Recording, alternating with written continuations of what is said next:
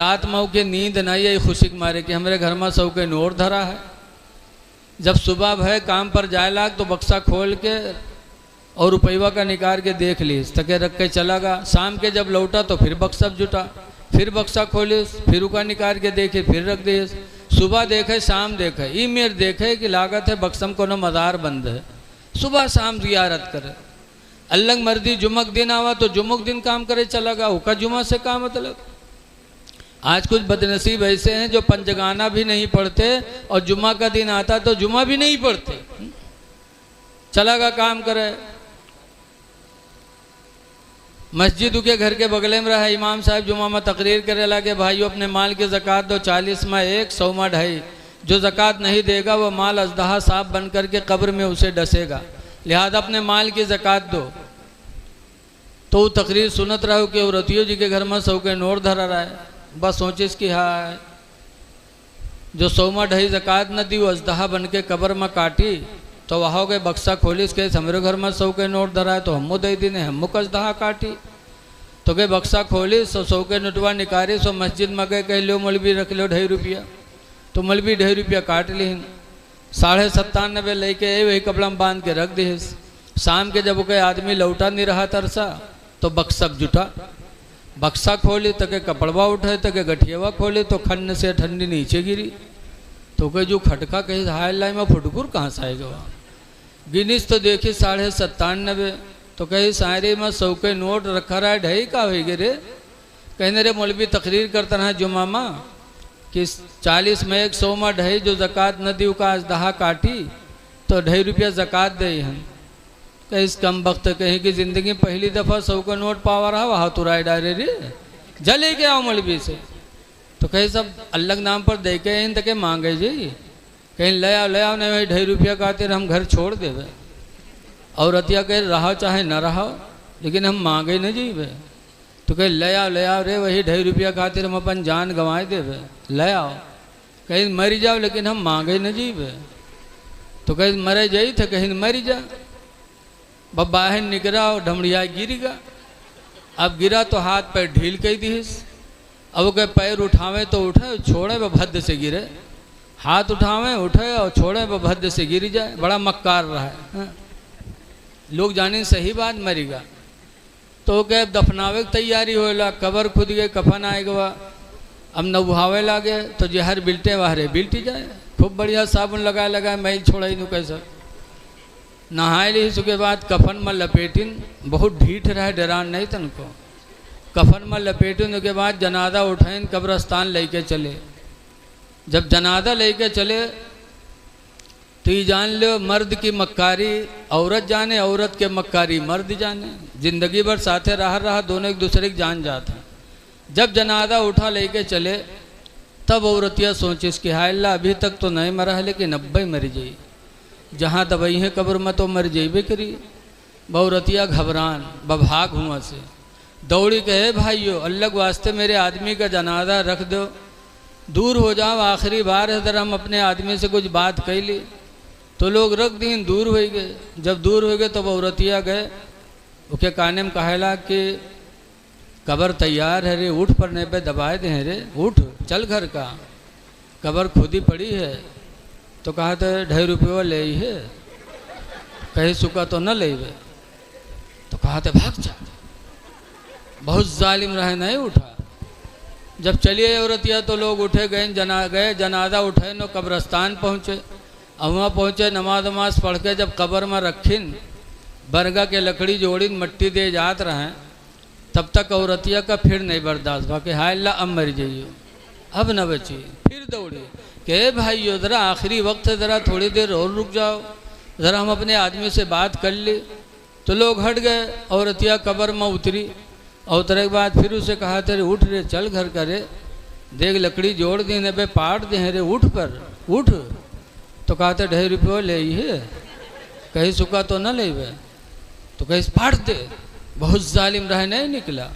तो औरतिया बेचारी बाहर आई। जब बाहर है तो लोग पूछन का हुआ, कुछ बातचीत भय। तो औरतिया कही कि हाँ हमारा आदमी हमसे वसीयत की हिस्से कि हम मर गए, कोई नेकी नहीं कह पावा है, लिहाजा हमार घर मस्जिद के नाम बैनामा कह दी है। जब वो सुने तब खड़बड़ा के कूदा, कहीं सारे उठाई गिरी न हम 2.5 रुपया खातिर जान गंवाए दिया और तुम मस्जिद में घरों लिखे जाते रहे कम वक्त कहूँ के। ऐसे ऐसे जालिम पड़े हैं कि रुपया न खर्च हो, जान चाहे भली ही चली जाए। लेकिन ये लोगों, अल्लाह दे तो अल्लाह के बंदों की मदद करो। हिंदू मुस्लिम भी न देखो, किसी को भूखा देखो उसको खिला दो, अल्लाह ताला आपसे राज़ी। तो बेचारे वतन छोड़े सैयद साहब, सोचा ला बगदाद चले जाएं।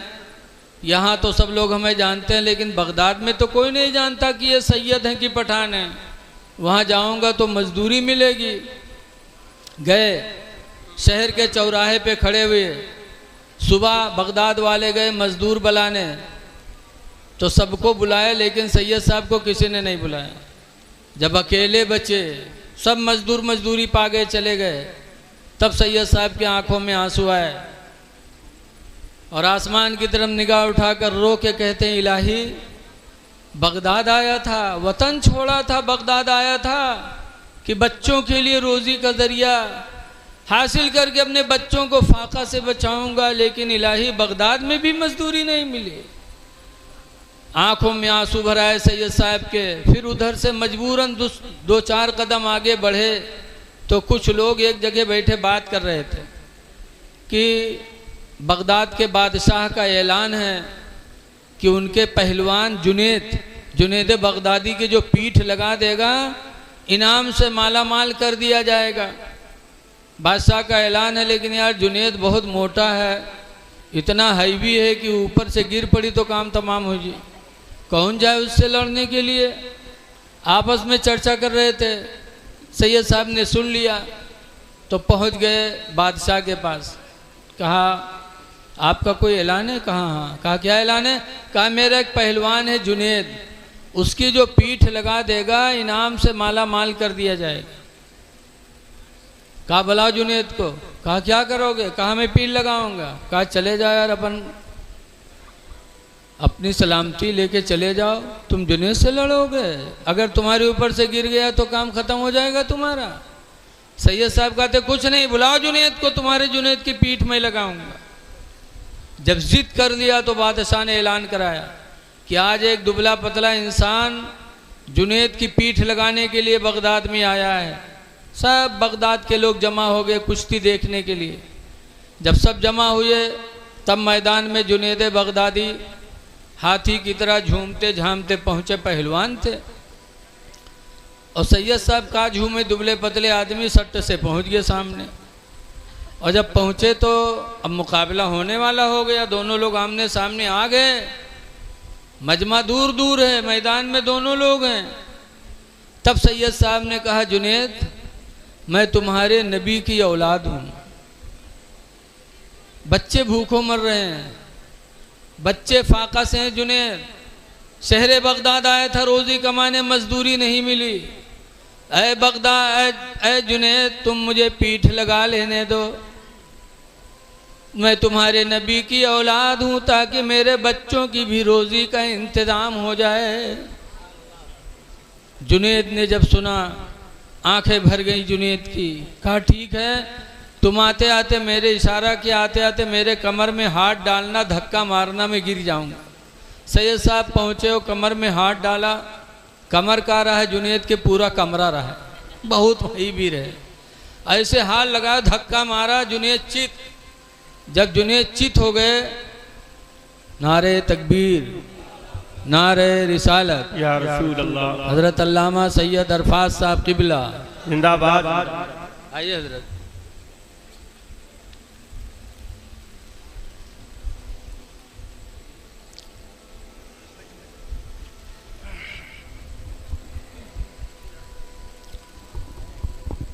सैयद साहब ने हाथ लगा के जो धक्का मारा, जुनेद बगदादी चित हो गए, कोहराम बर्पा हो गया। अरे एक दुबले आदमी ने आके जुनेद की पीठ लगा दिया।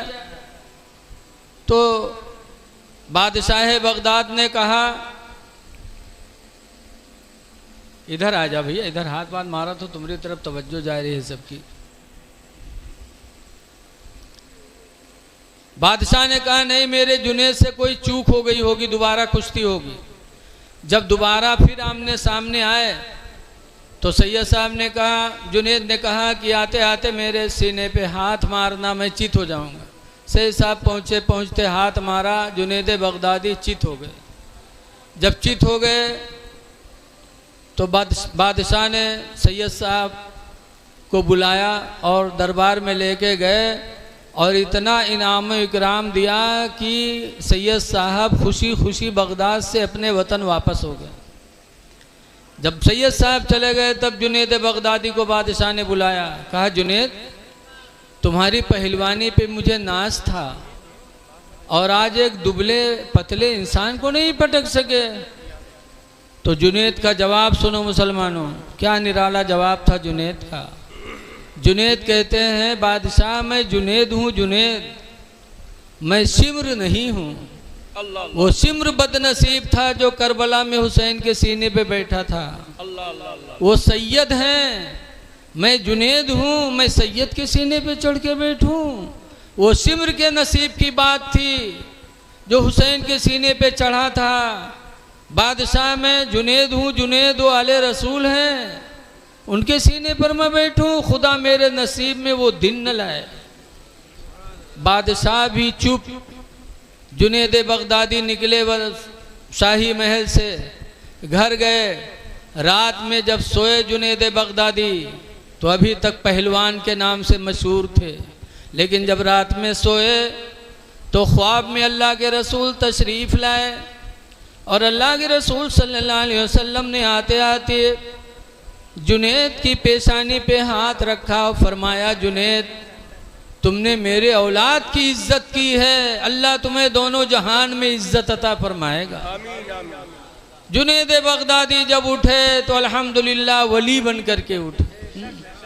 तो ऐ लोगों, अहले बैत का महीना आ रहा है, सैयदों की ताज़ीम करो, अहले बैत से जितनी मोहब्बत हो सके करो। 4 इमाम हैं हमारे, इमाम आज़म, इमाम मालिक, इमाम शाफ़ई, इमाम अहमद बिन हम्बल। सब सुन्नी थे, वहाबी कोई नहीं था। वहाबी तो अब पैदा हुए।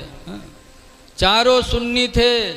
इमाम अहमद बिन हम्बल का बयान सुनो, फरमाते हुब्बिब इलैया मिनद दुनिया सलास, दुनिया की 3 चीज़ें मुझे बड़ी प्यारी हैं। नंबर 1 पर फरमाते हैं, मुजावरत रौज़ती रसूलिल्लाह सल्लल्लाहु अलैहि वसल्लम, हुजूर के रोज़े की मुजाविरी मुझे पसंद है। इतने बड़े इमाम, मुजाविर झाड़ू देने वाले को, दरगाह साफ करने वाले को कहते हैं मुजाविर रौज़ती रसूलिल्लाह सल्लल्लाहु अलैहि वसल्लम, रसूलुल्लाह सल्लल्लाहु अलैहि वसल्लम के रोज़े का मुजाविर हो जाऊं। दूसरे नंबर पर फरमाते व ताज़ीम अहले इतरतिही, और इमाम अहमद बिन हम्बल कहते हैं दुनिया की दूसरे नंबर पर मुझे अहले बैत की ताज़ीम मुझे बहुत पसंद है। अहले बैत की ताज़ीम करूं ये मुझे पसंद है। और तीसरे नंबर पर फरमाया वह मुलाजिमत तुरबती रसूलिल्लाह, और रसूलुल्लाह के कब्र अनवर की नौकरी मुझे मिल जाए मुझे बहुत पसंद है। पता चला कि अहले बैत से मोहब्बत रखना हमारे इमामों ने हमको सबक सिखाया है। इसलिए मुहर्रम शरीफ का महीना आ रहा है। ऐ लोगों, अपने इमाम से मोहब्बत करो और ये सोचो कि इमाम हुसैन 72-73 ज़ख्म लग चुका था, चाहते तो उसी हालत में शहीद हो जाते, लेकिन इमाम हुसैन ने अपनी शहादत को कहाँ रखा? सजदे में रखा। सजदे में सर रखा तब गर्दन कटी। सजदे में सर रखकर शहादत लेना इमाम का गोया कि हमें दावत दे रहे हैं कि मेरे नाना जान के कलमा पढ़ने वालों, तुम मेरी तरह अपने सर को सजदे में कटा तो नहीं सकते हो, लेकिन कम से कम अपने सर को सजदे में झुका तो सकते हो। या हुसैन या अली का नारा लगाने वालों, ये झूठा नारा होगा अगर तुम्हारी नमाजें छुटी और या हुसैन कहते हो तो तुम पर झूठ का गुनाह पड़ेगा। ये दावा झूठा है। ये दावा जब भी सच्चा होगा जब हमें भी सजदों से प्यार करना पड़ेगा। सजदों से मोहब्बत करो और अहले बैत से सच्चा लगाव पैदा करो। आज मुहर्रम का चांद निकलते ही अल्हम्दुलिल्लाह चारों तरफ अहले बैत की महफिलें होने लगती हैं, लेकिन लोग नहीं जाते। जाया करो, शोहदा की महफिलों में हाज़िरी दोगे तो इंशाअल्लाह हो सकता है कोई बात उनकी सुनो और अमल कर लो तो अल्लाह ताला हमारी तुम्हारी निजात का ज़रिया बना दे। एक बात और सुनो कि अगर अहले बैत से मोहब्बत है तो तुम्हें भी सखावत करना पड़ेगा, जैसे अहले बैत सखी थे। अहले बैत सखी थे। हज़रत इमाम हसन, इमाम हुसैन और हज़रत जाफ़र, ये तीनों लोग हज के लिए मदीने मुनव्वरा से निकले। बस 10 मिनट और हज के लिए निकले। रास्ते में सामान सफ़र ख़त्म हो गया, तीनों लोग भूखे हुए, तो सोचा कि कोई घर मिल जाता। उस ज़माने में होटल तो थे नहीं। रास्ते में एक झोपड़ी नज़र आई फूस की, तो तीनों लोग झोपड़ी के पास गए। दरवाज़ा खटखटाया तो एक बुढ़िया निकली। तीनों ने कहा हम मदीने के आने वाले अहले बैत हैं, सफ़रे हज में हैं, ख़त्म हो गया खाना, भूख लगी है, क्या खिला सकती हो कुछ? उस बुढ़िया ने जब सुना, आजकल की औरतें हुई थी तो कहती अल्लाह आँखें फूट जाए, हमारे घर में कुछ है ही नहीं। कहती कोड़िहाय जी भैया हमारे घर में आई है कुछ, चले जाओ। हाँ, इतनी झुट्ठिन होती हैं आजकल की औरतें, सदका खैरात देने में बहुत पीछे। हाँ, लेकिन ऐ मेरी माँ बहनों, रसूलुल्लाह के ज़माने की औरतों का दिल देखो। बुढ़िया अकेले घर में थी, शौहर भी नहीं था, बाहर था, लेकिन जब देखा कि मदीने मुनव्वरा के अहले बैत के 3 लोग मेरे दरवाजे पर आए हैं तो अपने नसीब पर नाज करने लगी। दरवाज़ा खोला, तीनों को घर में लेके गई, बिस्तर बिछाया और तीनों के खाने के लिए बुढ़िया के घर में एक बकरी थी। फ़ौरन बुढ़िया ने बकरी को पटका और बिस्मिल्लाह अल्लाहु अकबर कह के ज़बह किया। अकेले खाल उधेड़ा गोश्त बनाया। आजकल की हमारी माँ बहनें जानती हैं कि ज़बह मर्दे करते हैं, औरत नहीं कह सकते। छगड़ी चिल्लाए लाग तो बालाओ हो गुडवा कब्बा, हो गुडवा कब्बा, जब तक यहाँ टे से हो ही गए। अरे गुडवा कब्बे हलाल कह सकते, तुम हूँ हलाल कह सकत हो। हा? तुम भी मुसलमान हो, छुरी चाकू उठाओ, बिस्मिल्लाह अल्लाहु अकबर। जैसे मर्द का ज़बीहा जायज़ है वैसे औरत का ज़बीहा भी जायज़ है। ज़बह किया, खाना बनाया, तीनों को खिलाया और खाने के बाद तीनों लोग निकले, हज के लिए चले गए। हज करके वापस मदीना चले गए। अल्लाह की मर्ज़ी की कुछ दिनों के बाद बुढ़िया गरीबी में मुब्तला हो गई और ऐसी गरीबी आई कि भीख मांगने पर बुढ़िया तैयार हो गई। और ऐसी भीख कि अपने गाँव ही में नहीं बल्कि निकल पड़ी, जहाँ भीख मिल जाती वहीं रात गुजर जाती। भीख मांगते खाते, भीख मांगते खाते वो बुढ़िया मदीना पहुंच गई। और जब मदीना पहुंची तो उसे याद आया कि यहाँ के 3 लोग एक मर्तबा मेरे मेहमान बने थे, मैंने खाना खिलाया था, लाभ हो सकता है मिले, कुछ मेरी मदद कर दें। तो बुढ़िया ने मदीने मुनव्वरा में जाके पूछा हसन का घर कौन है? लोगों ने बताया वो है। बुढ़िया गई, दरवाज़ा खटखटाया। बुढ़िया ने कहा बेटा पहचान रहे हो? सलाम अलाम हुआ, हम लोग हुए दिया सोबतिया खोद, तो ध्यान आवत नहीं है, कहाँ रहा तो याद नहीं आवत है कुछ। हाँ, लेकिन इमाम हसन फौरन फरमाते हाँ बूढ़ी माँ तुम वही हो ना कि हज के दौरान तुमने हम लोगों के लिए बकरी ज़बह करके खाने का इंतज़ाम किया था? कहाँ बेटा वही हूँ। कहा मदीने मुनव्वरा में कैसे आना हुआ? कहा बेटा गरीबी ने इतनी घेरी कि भीख मांगते खाते ज़िंदगी गुजर रही है, इसी तरह तुम्हारे शहर मदीना में भी आ गई। क्या मेरी गरीबी में कुछ सहारा बन सकते हो? इमाम हसन फरमाते बैठो। बिठाया, इमाम हसन अंदर गए तो जैसे हमारे तुम्हारे यहाँ धान गेहूँ की खेती होती है, ऐसे अरब में बकरियाँ की खेती होती थी। यानी बकरियाँ जोती नहीं जात रहा है, बकरियाँ ज़्यादा होती थी। जैसे धान गेहूँ हमारे यहाँ होता है ऐसे वहाँ बकरियाँ ज़्यादा होती थी।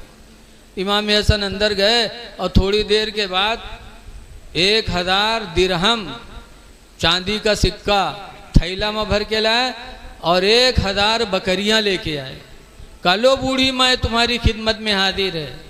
1000 दिरहम और 1000 बकरियां। बुढ़िया खुश हो गई। फिर इमाम हसन फरमाते हैं, बूढ़ी माँ उस सफ़र में मेरे छोटे भाई हुसैन भी थे, चली जाओ उनके यहाँ, हो सकता है वो भी कुछ दे दें।